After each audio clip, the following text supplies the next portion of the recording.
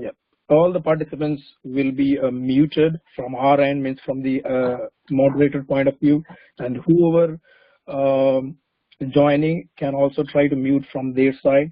And in case if you guys have any questions in between, like, we would request you guys all to type it in the chat window of the WebEx online screen.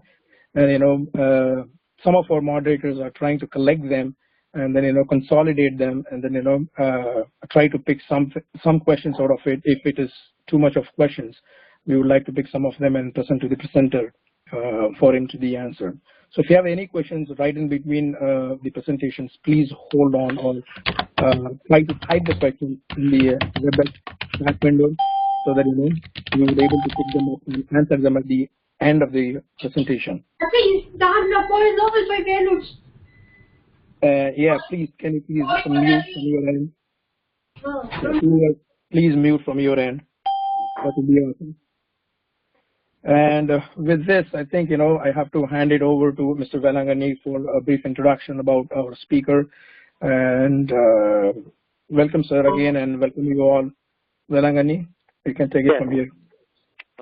Roman Andri Suresh. Thank you very much, Suresh. இணைத்திருக்கும் உங்கள் அனைவருக்கும் எனது அன்பான காலை வணக்கங்கள். தாய்மொழி தமிழருக்கு எனது வணக்கம்.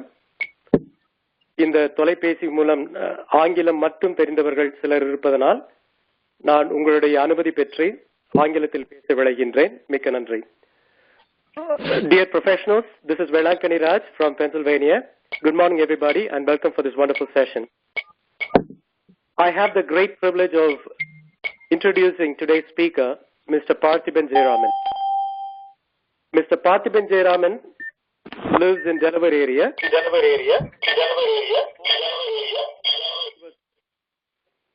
He was born and raised in Chennai, and he completed his bachelor's degree in civil engineering from Madras University.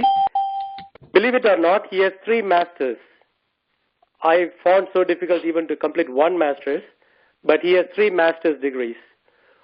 He has master's in structural engineering from Anna University, and master's in civil engineering from West Virginia University, and a 3rd master's degree in business administration from Delaware State University. He has been having franchisee businesses since 2002. He is a good speaker. The content today, we had a previous session, and I personally found the content today has been very great, and it'll benefit all of us. He has a full-time job. He has the Chief Operating Officer of the Department of Technology in the state of Delaware. His interests, apart from all these achievements, are he enjoys reading books and classic books as well. Now, I have another request for all of you. During the session, if anybody receives phone call on your end, please do not put us on hold. That will be a very big mistake. It will actually make everybody listen to the music. So please do not put us on hold. Instead, you terminate your call, take up the other call if you'd like, and then join us back, please. Please do not put this call on hold. That's very important. And as you know, this is held from a non-profit organization. So it's only for the benefit, purely for all its members and for our friends, and it has no commercial value. With that, I'm very happy to introduce Mr. Parthiban Jayaraman. Welcome, and the stage is yours. Please take over. Thank you. Good morning, everyone. Thank you, Velangani Raj, for a kind introduction. And I hope everyone can hear me clearly. Yes, we can hear it clearly. All right. So I want to thank ATEA for this opportunity to share my thoughts and experience to all of our friends. Yes, we can. I appreciate all of you investing the time early on a Saturday to think outside of your normal routine, and I'm hoping this session will be of help to you. To get started with the franchise business, I want to lay out a small business quadrant as pictured by Robert Kiyosaki. Many of you would have read his books. In fact, Rich Dad, Poor Dad is one of his famous books. He's written a book called Cash Flow Quadrant. the cash flow quadrant, as you might see in the display, not send earlier. I apologize for that, and I'll be happy to share this after this session.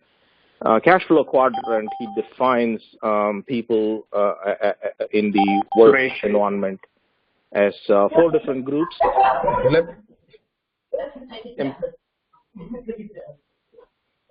Please, if you could mute your lines, that would be helpful to everyone. Appreciate it.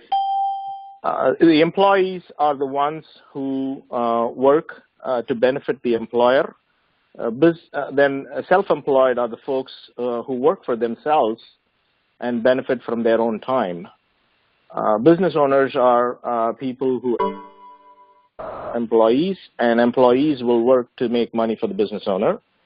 And then eventually investors are the ones who invest in businesses, and the business owners and the employees of those businesses would work to make money for the investor. This is how Robert Kiyosaki has put it. So we can determine where we want to be in this quadrant. Ultimately, you would see all the billionaires to be in the investor quadrant. So with that being the goal for everyone, we can get started and talk a little bit about entrepreneurship. Always people think of entrepreneurship as, is it for me? Is it what kind of qualities I need to have to be an entrepreneur? And many thoughts could surround it. The qualities, as I have seen in my perception, for an entrepreneur is nothing different than a normal, rational person has. So have it, and we just have to bring it out. There is a common misconception or a myth is entrepreneurs enjoy risk. That is not true. Nobody enjoys risk. If I leave $1 million on the table and $1 million on a plate floating in a pool with sharks, where would you get your $1 million from? Even the entrepreneurs will get it from the table if it is easy to get it. So entrepreneurs do not enjoy risk. So that's a misconception. Entrepreneurs plan and mitigate risks, and Joseph, they try to avert from unknown risks as well. Those are called as black swans. Is an entrepreneur really an optimist or a pessimist? It's a question we can ask. Let's find an answer through a real situation, which Jim Collins, in his book Good to Great, explains it this way. He has introduced a new term called Stockdale's paradox. Jim Collins, before writing his book Good to Great, interviewed a lot of CEOs, CFOs, and army officers or armed forces officers. And one such person was Jim Stockdale. Jim Stockdale was an admiral in Navy, U.S. Navy, serving the Vietnam War. He was captured as a prisoner of war, and among many Americans captured as prisoners of war, were held in captivity and they were tortured. When interviewed by Jim Collins, Jim Stockdale mentioned that in his observation, he categorized the prisoners of war into 3 categories. One were the pessimists, who were bound by fear, and they decided they would never get back to their families and perished in their own fear after a couple of torture sessions. Prisoners of war were constantly tortured, and pessimists perished early. The optimists thought United States will come and release them, and their thought was, I would get released before Thanksgiving so I can spend my time during Thanksgiving with my family. Thanksgiving came, Thanksgiving went, nothing happened. Christmas, they thought that they would be released by Christmas. Christmas came, Christmas went, nothing happened. Then they thought it would happen by Easter, another Thanksgiving, and then another Christmas. When time went by, the optimists' confidence was shaken. They were broken and eventually succumbed to the torture, pressures, and lack of faith. So even the optimists failed to survive. The third category of people in which Admiral Jim Stockdale was part of are the people who were strong in their faith that ultimately the U.S. government will make them reunite with the families.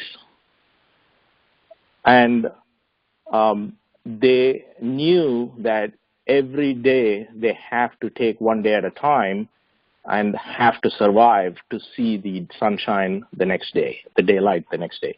So every day they took as a day at a time and survived, which is what they had to do to eventually reunite with their family.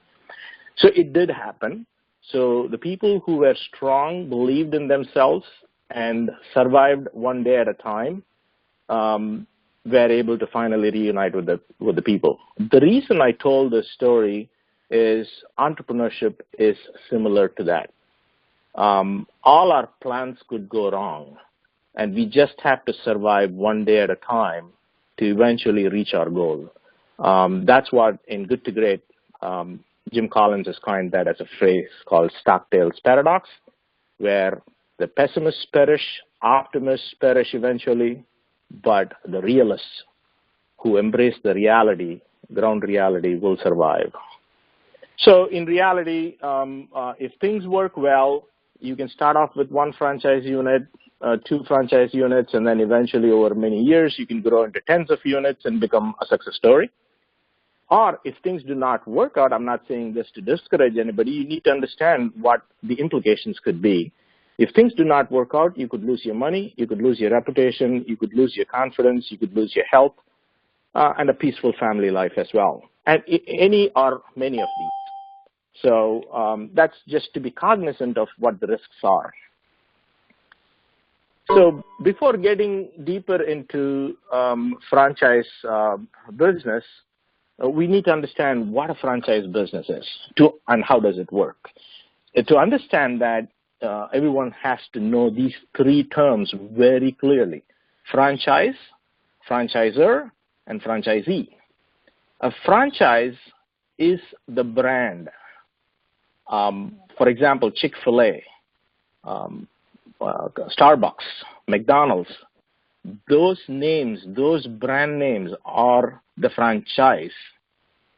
The franchisor is the entity that owns the brand, the McDonald Corporation or the Starbucks Corporation. Those who own the franchise is the franchisor, and they recruit franchisees to develop more units of their brand. So the people who are recruited, people like us, if you want to get into franchise business, we sign up to develop their franchise, and we are called as the franchisees.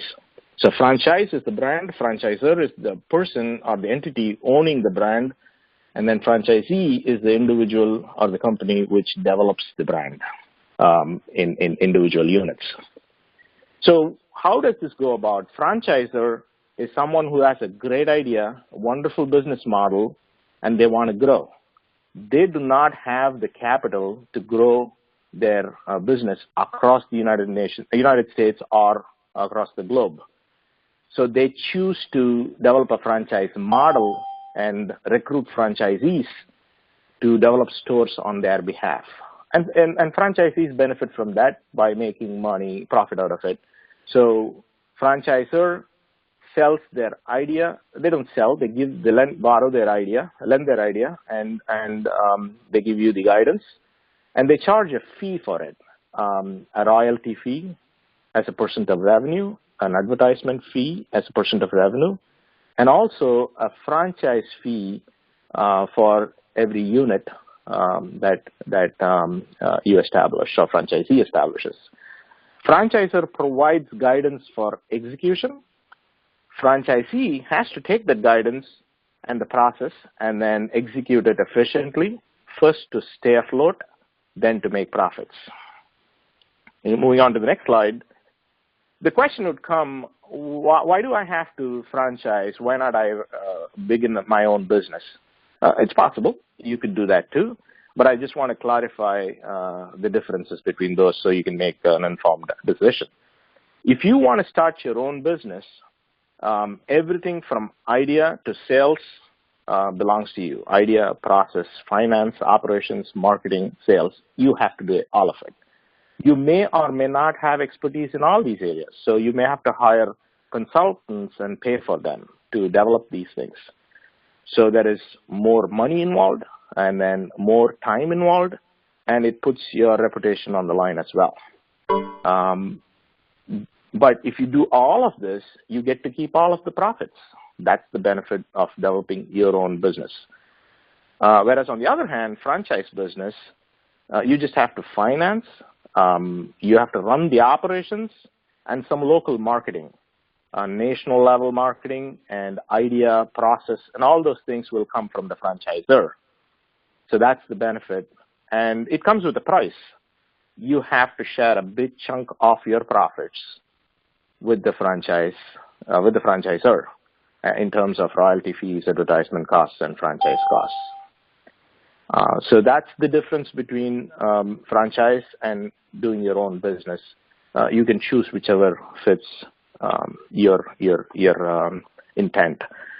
I've laid out, moving on to the next slide, I've laid out the concept of becoming a franchisee in 5 steps.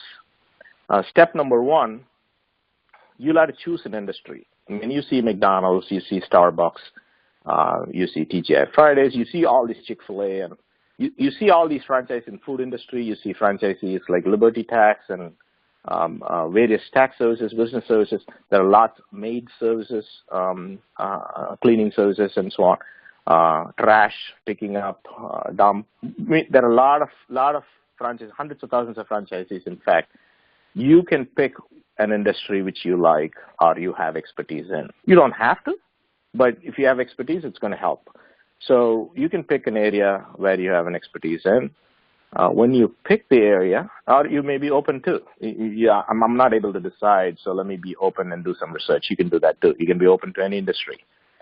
Then as part of the next step, you need to select a franchise. If you don't choose an industry, if you choose an industry, it's easier. You can delve deeper into that industry and list all the franchises associated and then look at which franchise you want to go with.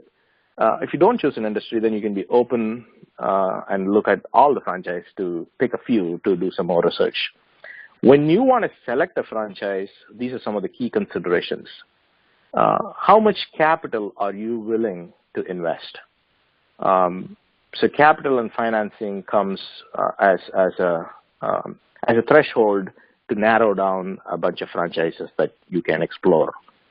How much time you want to put in? Do you want to walk in before you go to work and set things straight and then go to work and then come back from work and attend to it? There are some franchises you can run that way too. There are some franchises you can run from home too. So you'll have to look at what is your time commitment, how your flexibility is, and how do you choose a franchise based on that.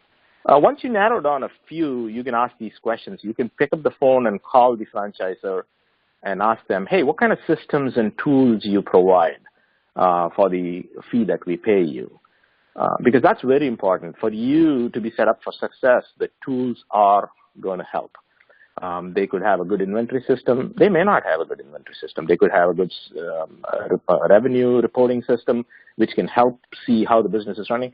So those things are fairly expensive for you to establish yourself. So those are the products that these large franchisors can bring to the table, which could help you run the business more efficiently. The other thing that you may want to look at is, are you going to build one unit and be happy with it, or do you want to build one and replicate it to multiple units? If you want to do that, you need to see if the franchise is growing. If the franchise is growing, that identifies actually a couple of things. One, it's being welcomed by the people, so it's growing. There is a demand for its service. The other thing is it also gives you an opportunity to grow into multi-unit franchisee. So that's the benefit, and you can do that research as well. Based on the capital and based on your time requirements, are you going to do this yourself, or are you going to partner with people? If you're partnering with people, there's a lot goes in there. We can talk for an hour on that and how to establish those things. So that's a decision you need to make. During this process, any question that comes to you, do not brush them aside as a silly question. Nothing is a silly question. You need to have, you should have an answer. Because at the end of the day, you're going to invest a lot of capital, and you're going to bet your shirt on it. So you have to know answers for all the questions that come to your mind. Trust your gut to walk away. I say this only to walk away. If you don't smell something is right, don't get involved because you're not clear. So that's one of the things that's very important. Some additional tips to select a franchise. But in the process of doing all this, you can pick up the phone and call the franchisor and talk to them on everything, any question that you have. A franchisor cannot disclose certain things like numbers because they'll be held accountable for it. So they won't disclose numbers. But instead, they would say, you can talk to our franchisees. So they're going to put you to successful franchisees.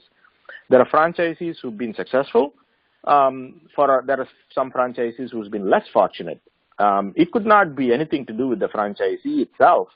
It could be the location. It could be other things that could have made them less successful. But the key thing is, as an aspiring franchisee, you should talk to both successful franchisees and the people who are less fortunate who had failed in an effort to become a franchise.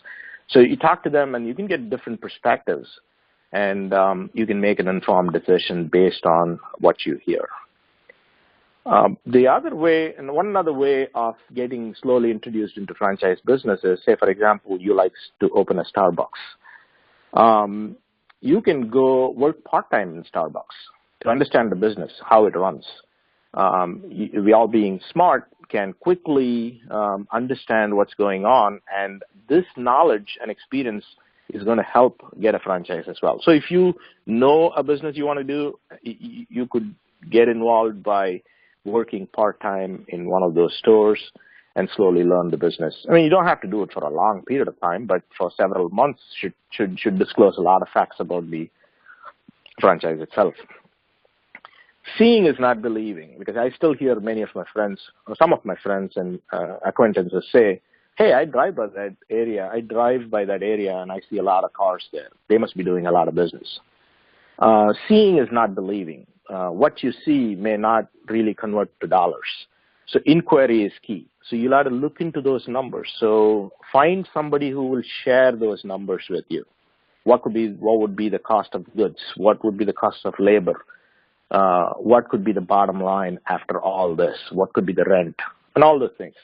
So ask for numbers. There will be some people who would be willing to share their numbers. Once you are invested, you have to plan your exit strategy should things don't go well. Should things don't go well, you should be able to exit out without too much damage. So how are you going to protect yourself? So that's what the exit strategy is. When would you call it quits and get out? There's nothing wrong in exiting a business because you could cause more damage by staying in. So you'll have to draw that line and devise an exit strategy before getting into a business. Reach out to a mentor. If somebody has done this business, been in this business for a while, reach out to them, talk to them, take their advice or take their views and perspectives and make your own decision. Some of the common mistakes to avoid. For example, I like Indian food, so I want to take Indian restaurant franchise. I don't know. Liking Indian food and running an Indian restaurant may not be the same. So you'll have to look at what your passion is, what you bring to the table in running that franchise successfully. That's what you need to look at. You may like golf, but you may not like running a golf store. Playing golf is great. You're going to be in the green, beautiful, nice weather and beautiful scenery around you. But in the store, you're strapped into 4 walls selling these material things. So being a good golfer, loving golf doesn't convert to being a golf store franchisee. Do not overestimate franchisor help. If you look into the very first slides I said, franchisor is a person who wants to grow their business. They help you, but they won't protect you from failure. It's you and only you. So do not overestimate franchisors' help. Do not underestimate the cost of capital and its burden on business. So you borrow X amount of dollars to run a business. The minimizing the amount borrowed is always going to help, because for every dollar you borrow, you're going to pay interest on it. So the cost of capital could put a big dent on your cash flow, and that could hurt. Money or cash flow is blood in the life of the business. So you have to have a good cash flow to have a successful business. Beyond this, I would say research, research, research. Not to a point of paralyzing yourself, but to gain clarity. Plan your finances. This is one of the most vital things in your step. Plan your finances. Say, I'm just going to give an example. If you want to open a coffee shop, and if they say the budget is $650,000, you come up with those numbers: equipment, fit out of the building, advance to the rental space, whatever. So you come up with a total of $650,000. How are you going to raise it? You have $650,000 that you can put in? Fine. If you don't have $650,000, you have a portion of it, and then SBA, Small Business Administration, will be happy to help in guaranteeing your loans to the banks, and the banks can process SBA loan.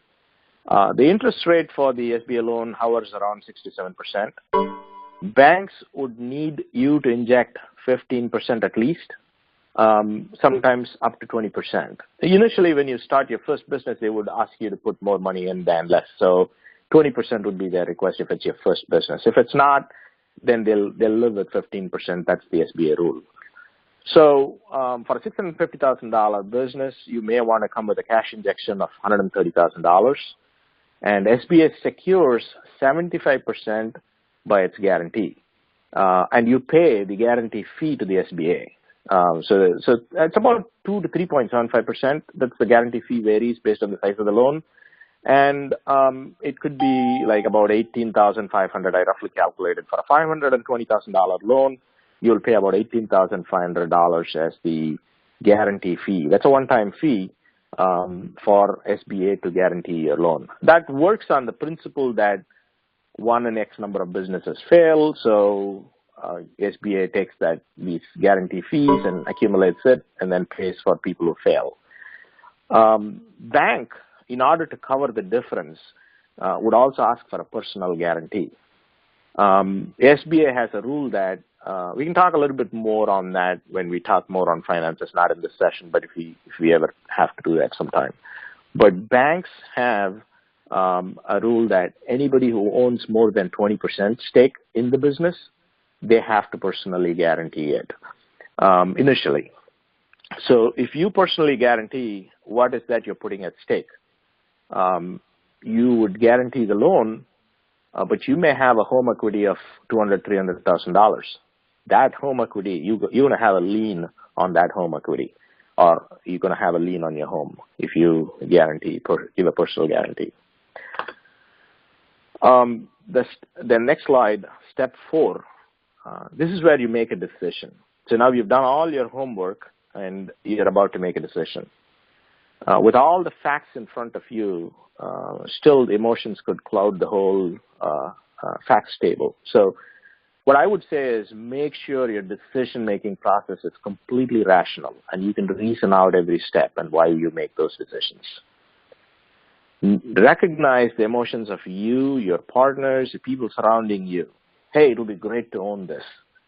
That's emotional statement. The facts, the numbers, those are important. Just focus on those. Once you're in it, it's you and it's only you. Nobody is going to help you. You will be the only one held accountable. Realize that we can never know everything before starting a business. Be cognizant that you would learn something on the way. So knowing should not paralyze. Want to know things should not paralyze the whole thing.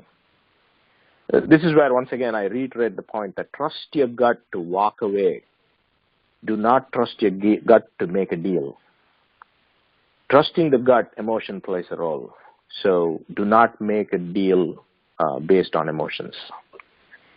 Be aware that you will never lose money in a business that you do not invest. This is a saying given to me way back in 2002. A gentleman by name Bernie Siegel, he's a specialist. He used to be a specialist on SBA loans. I think he's retired now. He used to go talk to a bunch of Harvard alumni and alumnus and things like that. So, in fact, when we opened our first restaurant, he displayed those pictures in that presentation and he shared it with us. He mentioned to us, you will never regret losing money in a business that you did not invest in. It's a very profound statement. You make the decision. Once you made the decision, you make the decision not to participate in something, you're not going to be bound by any losses. The next step is the big step. You've done all your research. You've put your ducks in a row. Now you're ready to sign the franchise development agreement, whether it is 1 unit, 2 unit, 3 unit, 5 units, whatever it is. Congratulations. Now begins the challenging work, yet rewarding one. This is where I would like to introduce this Tamil saying, Mei varuttam parar, pasinokar, kantunjar, yebbavar thimayum merkollar, sevyarumayum parar, avamadippum kollar, karmame kannainar. You should be focused, period. You should be focused on getting it done. Put your soul to it, make it work. I want to give a quick example, a rundown on a franchise units, and then we'll go to the questions.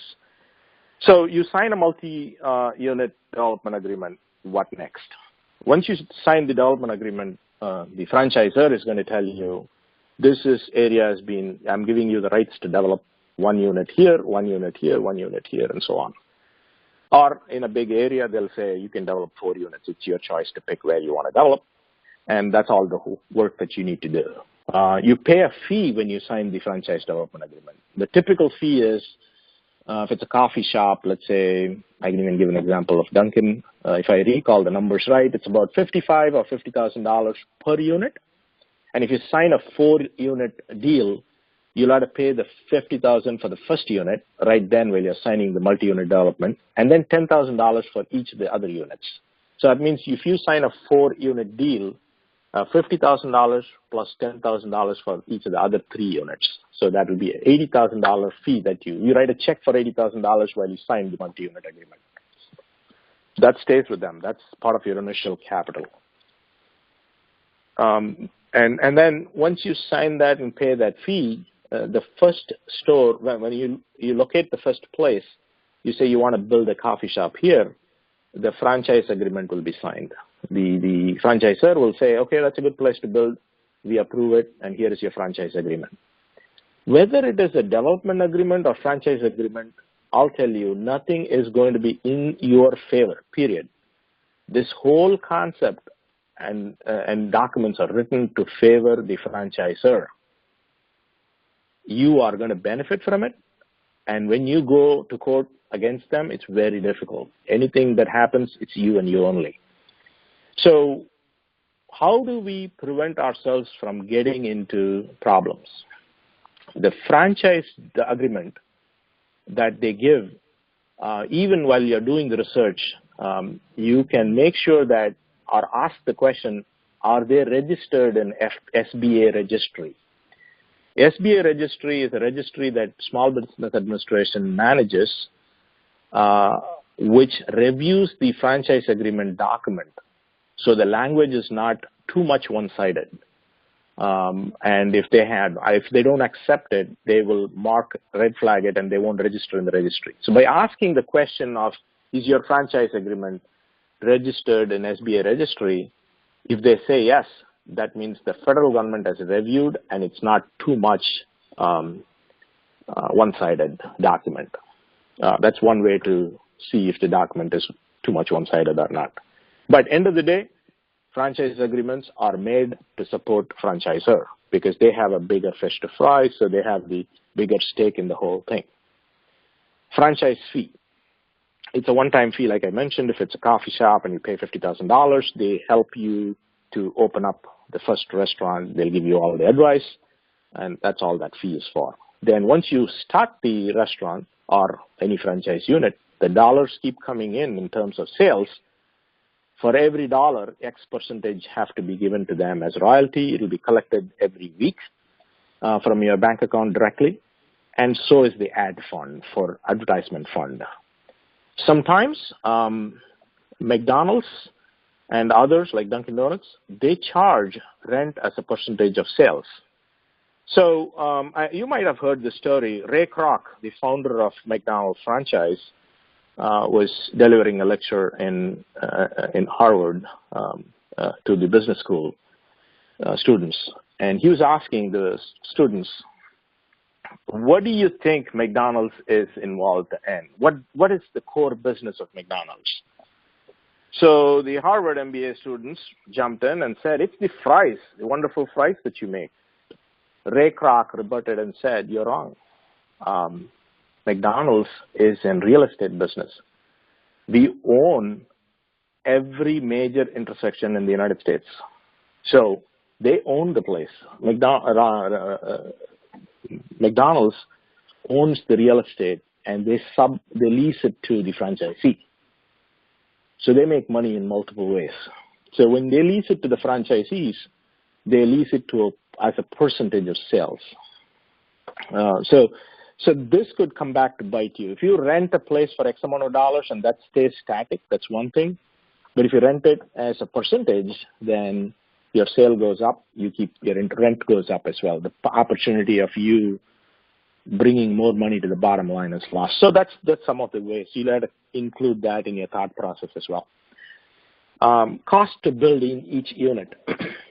So if you take a coffee shop, you could build some cheap one for $500,000 or some really expensive one, depending on the location, how you build it and what size and so on. It could be $1.5 million. So that's the overall layout, and I'll open myself for questions. Some questions came in earlier, where to see how the franchises are ranked. So entrepreneur.com is a good website where you can see how they rank the franchises. They rank it based on some criteria. So 7-Eleven is ranked as one of the top, but I do not know. I don't think they make a whole lot of money. But I don't really understand the concept in which they put the ranking. But you can do some more exploration if you want in that website. How to find out when a business comes on sale, franchise business comes on sale? FranchiseGator.com, BestBuySell.com, FranchiseForSale.com. These are all some of the websites. You could find more too, or you can engage a business broker to work on your behalf to find any local franchises that are on sale. All right, now I'll open it up for questions. You can unmute yourself and ask questions, and I'll be happy to answer. If you want to point a question to a specific slide, I can roll back the slide and we can talk.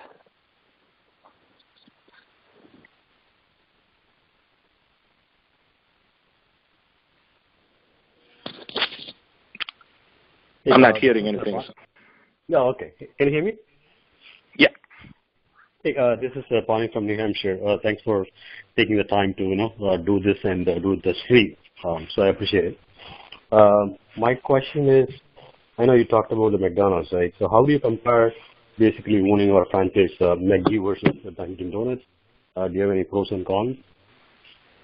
I mean, every franchise carries its own advantages, right?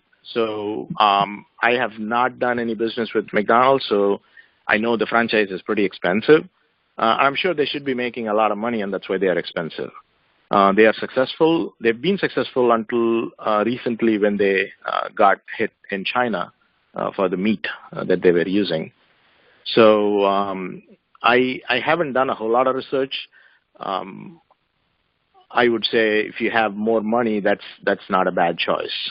If you still want to start off with a little bit, then franchises like Dunkin' Donuts or Starbucks may be a choice.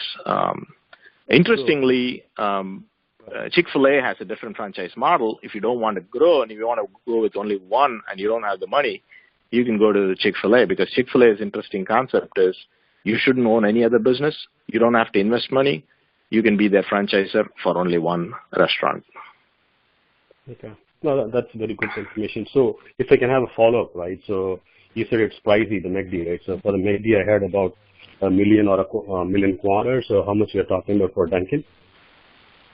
Duncan, I mean, they ask for $500,000 at least in cash, I think, because you need to sign a multi-year deal. Like I said, if you sign a 5 or 4 unit deal, they don't want people to come in and just own one Dunkin' Donut because it's a headache for them to bring you into the system. If you say you want to own 10, you will be paid more attention to. At that time, you need to show more money in liquid cash. All right. So I think thanks for the info, and I'll let the others give the opportunity. Thank you very much. Yeah. Okay. Yeah. I noted Joe wanted to say something, and Joe has been a franchise as well, so maybe if he's wanting to say something, we can give him. I mean, if you guys have time, we can talk to. Oh, Joe, go ahead, please. Hey, this is Joe. Can you guys hear me? Yes. Yes. Yeah. Go ahead. Yes. First of all, Parthiban, it was a good insight to get for people who get started, especially with Robert Kiyosaki, which I normally follow too. So I would recommend everybody to actually read the book Rich Dad Poor Dad. You should be able to get it from your local library or Amazon. From a couple of things I thought I'll add to what Parthiban said.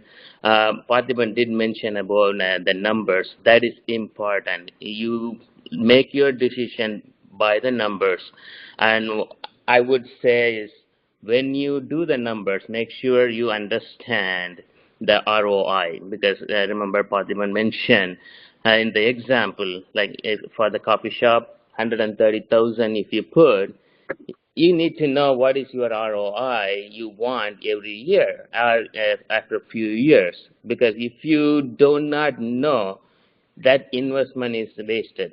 It may be a good cash flow, but you would rather invest in that money in somewhere else, even in a stock market that would give you much more return. So make sure you do the numbers perfectly, like Parthiban said, and do every single thing. One other thing I want to make sure Parthiban mentioned to talk to other franchisees if you are looking at a franchisor, a franchise business, right? For example, let's say you are looking at a Subway franchise. Sure, if you ask the franchisor, they'll give you the successful franchisee's name and number because that's what they want you to hear. Here is one example. I had to back out from one of the things I looked at. It was called the New York Bagel franchise. It was a new franchise probably 7 years ago. They gave me a couple of their franchisees. Actually, I went and looked. Everything looked perfect. Then I picked up the phone and I was looking for some other franchisees, their franchise stores, and I called one in Virginia. I'm in Pennsylvania. If anybody know, some of you know me, so I'm outside Philadelphia. So I called this person. He started cursing that franchisor and started telling me stories. So I went back and I found a franchise lawyer and do a research on that. Yeah, you have to spend money. That's part of your capital you will be spending. And by the way, I would recommend you to do that. If you do not know the big, other than the big ones, to do the research on the franchisor. And I found, the attorney found the franchisor had a problem before he started a franchise business and closed it. People lost money, and another guy that's involved was a criminal. So with $5,000 to the lawyer, that's all I lost. Otherwise, I would have lost much more. On the other hand, some other things I did. One of the franchise business I did is Papa John's. Probably everybody would know. If you hear Papa John's, it's a big company. Yes, they are growing, and they were growing when I bought the store. They were growing in Pennsylvania. They were putting a lot of stores, so I decided they are doing well. But it was a wrong decision because of the location. That's one thing I would recommend.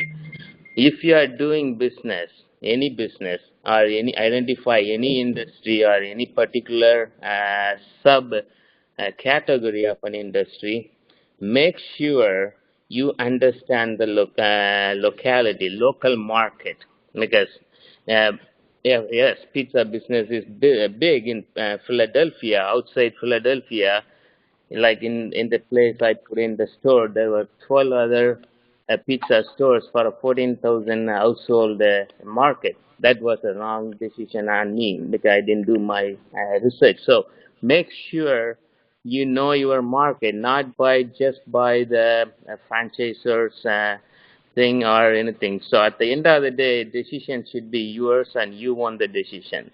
So that's what I think that I want to make sure I give my experience on that so people can take away. If, Thanks, Okay. Joe. That was very insightful. Yeah, all that Joe said, I 100% agree. Yeah. All right. Thank you, Joe. Next, Dilip, can you please go? Dilip, please go ahead with your questions.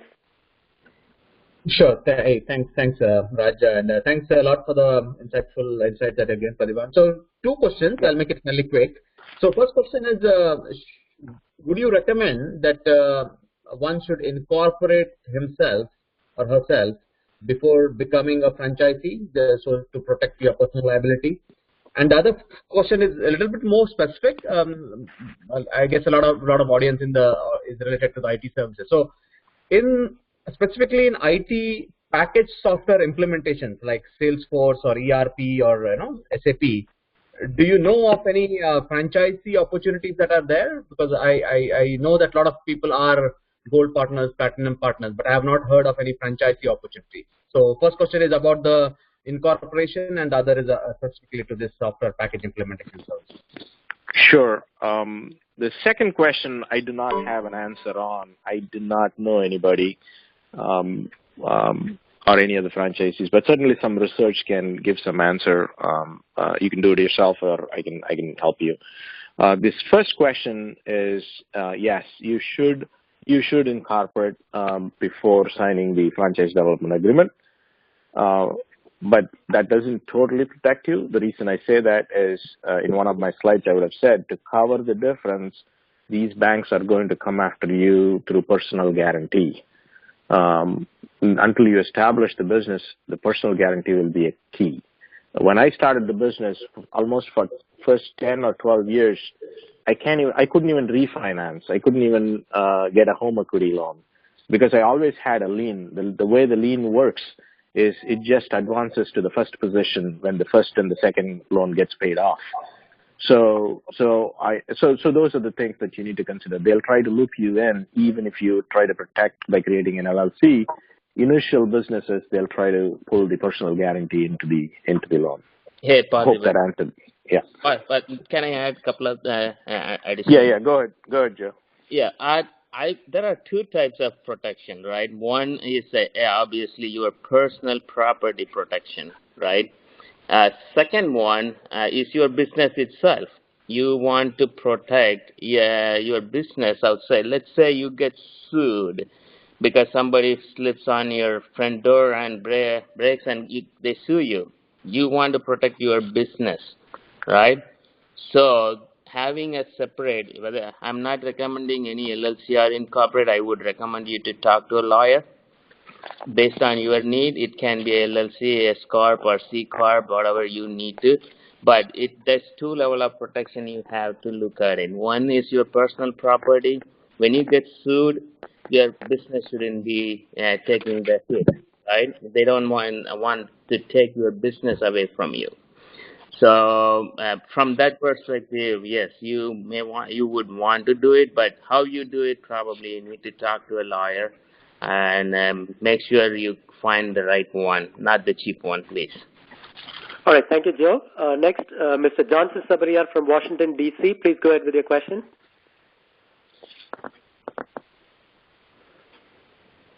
Johnson, go ahead, or I can ask the question on his behalf. The question from Johnson is, what's the average percentage of royalty fee and advertisement fee? Yeah, I can answer that. It is not a constant, but it hovers anywhere from 4% to 8%. That is royalty fee. the advertisement fee could range from 2% to 6%. Okay, thank you. The next question is from Srinivasan Manikam in Pennsylvania. The question is it a good idea to run a franchisee while we work somewhere else, or you won't recommend that? It depends. That's a very good question. It depends on what you want to do, right? If your goal is to develop multiple units, and in the whole strategic plan, if you lay out some initial capital to cover your costs as well, then you can start as full-time and move on. But if you do not have the capital to support you, and you have to lean on the profits of the business, then I wouldn't recommend that because for you to grow, you need to reinvest the money. On the other hand, you don't want to lose money by not paying attention to the business either. So even going back to the question, you'll have to ask yourself, am I going to throw myself full-time in? If so, what my investments are going to be, how am I going to survive, and how am I going to have an exit strategy? And if I'm not going to throw myself in, how am I going to manage the business? Say, for example, you own a dry cleaners. I wouldn't recommend you to go full-time on it, right? You own a dry cleaner, you can go there in the morning, spend a few hours, and then have a reliable person to take care during the day, people to do the dry cleaning, and then evening you go take care of the accounts. That's one way of doing it. Sundays you can keep the shop closed and things like that. So, but if you run a 24/7 coffee shop or something like that, you can't be there all the time. So the answer. I know it's not very clear because it depends. So you'll have to make a decision based on the requirements. Okay, thank you. The next question is from Durai and Rama from Delaware. The question is, how to identify or get access to mentors? So it's a challenging one. Obviously, Durai, Rama, I'm available for you anytime. If you are talking anything in the line of business I am in, but it is challenging. I think it's through network, right? Through networking, you can find resources. So, for example, for us, when we started way back in 2002, one of our neighbors owned Dunkin' Donuts stores, and he was a very nice guy. We spoke to him, but we hardly depended on him. But we just spoke to him a few times, and that's it. We learned it the hard way because we didn't have mentors. But anybody who has gone in a little bit deep, and I'll be happy to spend a few minutes over the phone. And it's okay. Thank you. The next question is from Kalanidhi in Delaware. The question is, especially in Wilmington, people are making more money in the food truck business. Is there any procedure to start a food truck business?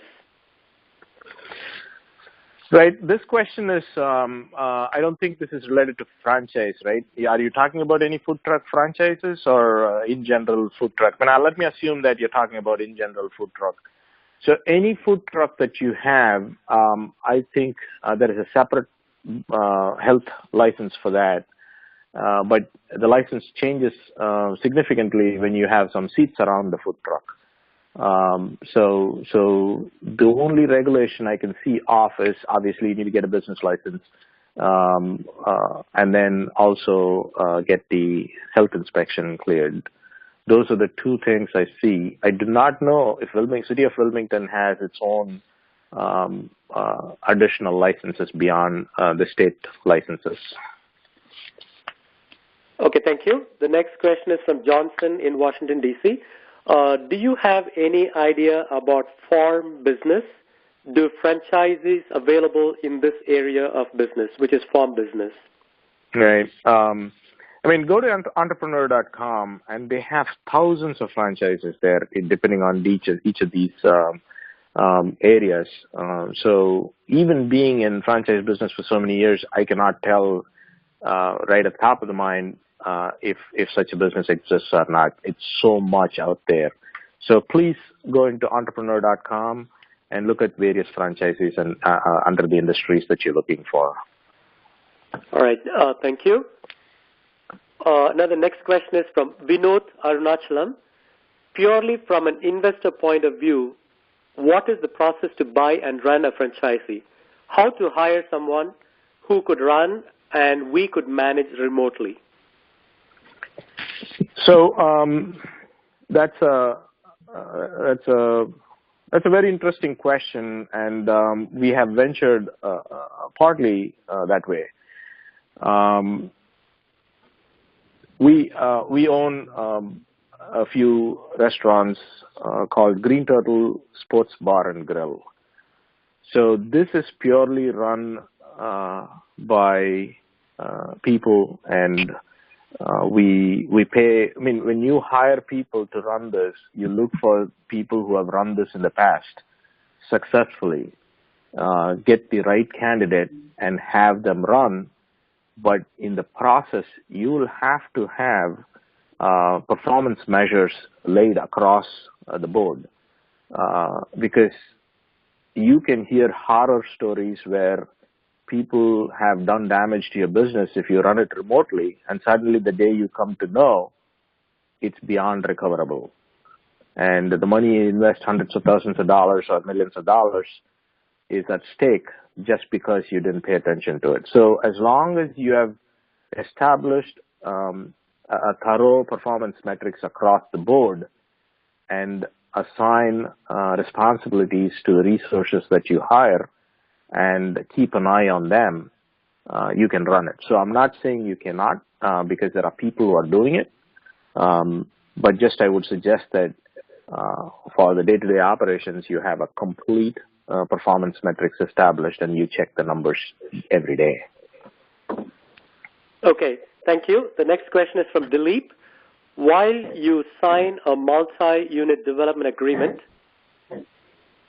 can you, but only develop the first unit and hold off on developing the other three for, say, 2 to 3 years? Yes.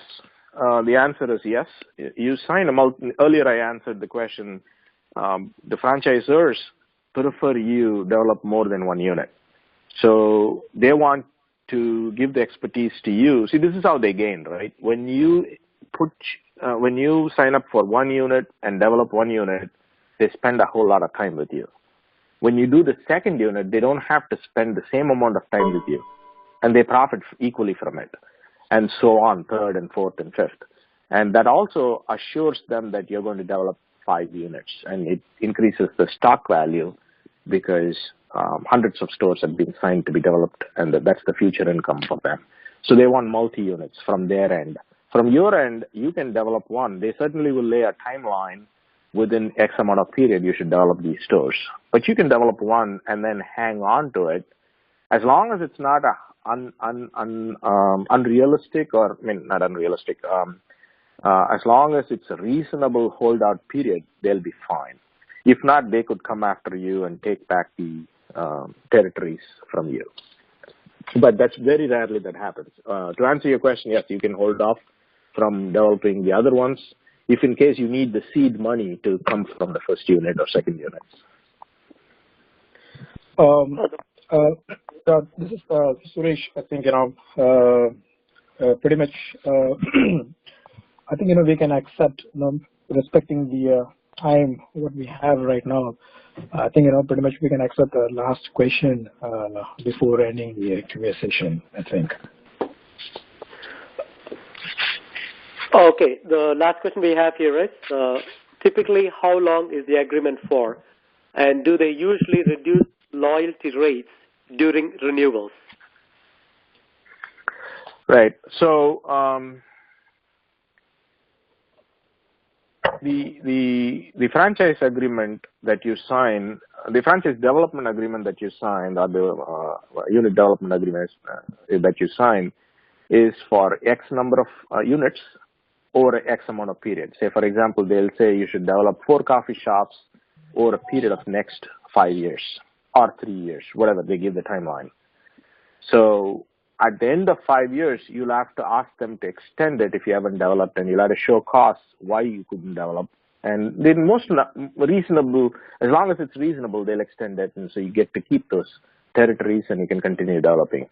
That is the timeline around development agreement. With respect to franchise agreement, where they say that we'll work together in providing the services and we will be continually supplying you with resources in terms of idea, process, and so on. That's usually for a period anywhere between 10 and 20 years. Some casual dining restaurants do it for 10 years. Coffee shops like Dunkin' Donuts do it for 20 years. And by the end of 20 years, you can buy another 20 years if you want to. But if you are not in their good books, they can kick you out at that time. So that's the usual time frame. And to answer the other question that you'd asked, in fact, the royalty fee would go up if it's a successful franchisee. So, for example, Dunkin' Donuts, I think the royalty when we did our first unit was 4.5 or 5%, and now it's like 6.5%. Okay, thank you. By the way, the question was from Ashok Kumar from India. He had joined from India, so that was the question from him. So with that, we will bring it to a close, the QA session. Professionals, thank you very much for asking the professional questions. Thank you. And just a quick note, Mr. Parthiban did this presentation for us free of charge. He spent his time, he spent his experience, and he spent his energy in putting together the presentation and doing this free of cost for all of us. So on behalf of all of you, thank you. And I will turn it over to Suresh for the closing remarks and a word of thanks. Suresh, the stage is yours. Yep. Thank you. Yep. Thanks, Valangani. Thanks, Mr. Parthiban. Please accept our sincere appreciation for the outstanding presentation and stimulating speech regarding the franchise business model. Thank you. We are very grateful for the time and effort you took to share your thoughts and experience. And we are so moved with your enthusiasm in sharing your thoughts, and as well as the patience and the details what you had in the QA session. The shared deck had an immense amount of information which reflects your depth of knowledge and experience in this industry. I guarantee those valuable information would definitely inspire, maybe if not everybody, at least a handful of us who are on the bridge, and as well as in future. I sincerely appreciate your effort and time again from ATEA, Northeast Philly Chapter Committee behalf. Thanks a lot, Mr. Parthiban, and thank you all for making this session to go in a very smooth manner, and as well as in a better way. And thanks a lot, guys.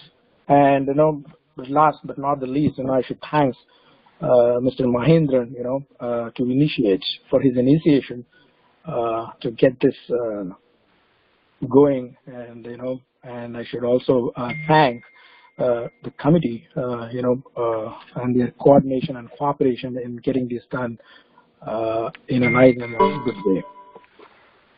Thanks, guys. Thanks, sir. All right. Thanks, everyone. This is once again Velankani Raj. The next session will be in the month of March, and the topic that we are contemplating on is blockchain and overview. Once again, the next session, this useful session like this, would be in the month of March, and the topic will be blockchain and overview. And just for information, at the peak time of the session, there were a minimum of 70 people who participated in the call. So thank you, everybody. There was a minimum of 70 people. And in case if you have any feedback you would like to share, please send an email to mailadmin@ne.atausa.org. It's the same email address where you sent in your registrations. So once again, please share your feedback to mailadmin@ne.atausa.org. Thank you, everybody. Enjoy the rest of the day and have a wonderful weekend. Go Eagles. Thank you. Bye-bye. Yes, That's right. Eagles. Thank you. Go Pat. Go Pat. Good job, guys. Yep. Good boy.